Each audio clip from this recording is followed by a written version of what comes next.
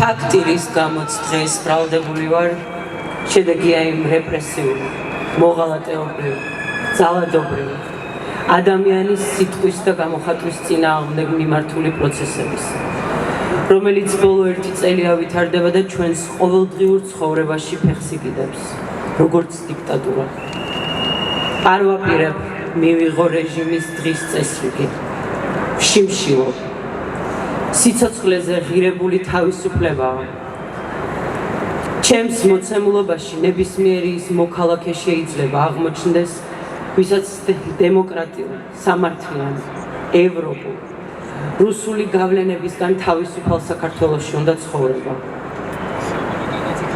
იბრძოლეთ, სანამ გვიანი არ არის. იბრძოლეთ ყველგან, სადაც არ უნდა იყოთ.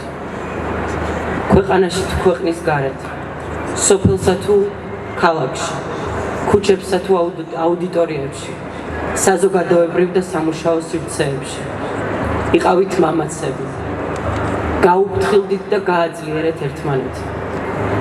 არ დაუშვათ საქართველოს იზოლირება ცივილიზებული სამყაროსგან. თავისუფლება მზია ამაღლობელს და თავისუფლება ყველა რეჟიმის პატიმარს.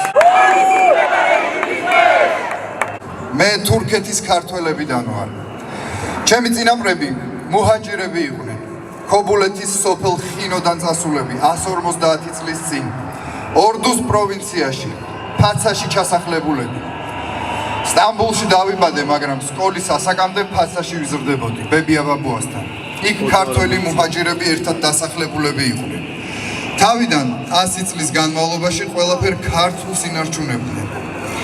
აჭარიდან წასული ხალხი ქართულად საუბრობდა, ქართულ კერძებს აკეთებდა, ქართულ ბეღლებს აშენებდა და ხილის დამყნამდე მისვლამდე ყველაფერს ისე აკეთებდნენ, როგორც საქართველოში. მე მზად ვარ საქართველოსთვის თავი გავწირო. აბა ვნახოთ ჩემნაირი მამულიშვილისთვის ივანიშვილის რეჟიმმა რა უნდა გაიმეტოს. ქუჩაში ვინც დგახართ, ყველა მიყვარხართ. დღეს ჩემი ქართველობის და სამშობლოს ბრძოლა უკვე დაგვირგვინებულია. ძალიან ამაყი ვარ. მე დღემდე ისე ვიცხოვრე, რომ საქართველოს სიყვარულის გარდა ვერაფერმა ხელები ვერ დამიბორკილა და ციხეში ვერ ჩამსვა. დღეს თემურ ქათამაძე უკვე 30 დღე გავიდა, რაც შიმშილობს და კლინიკაში გადაიყვანეს.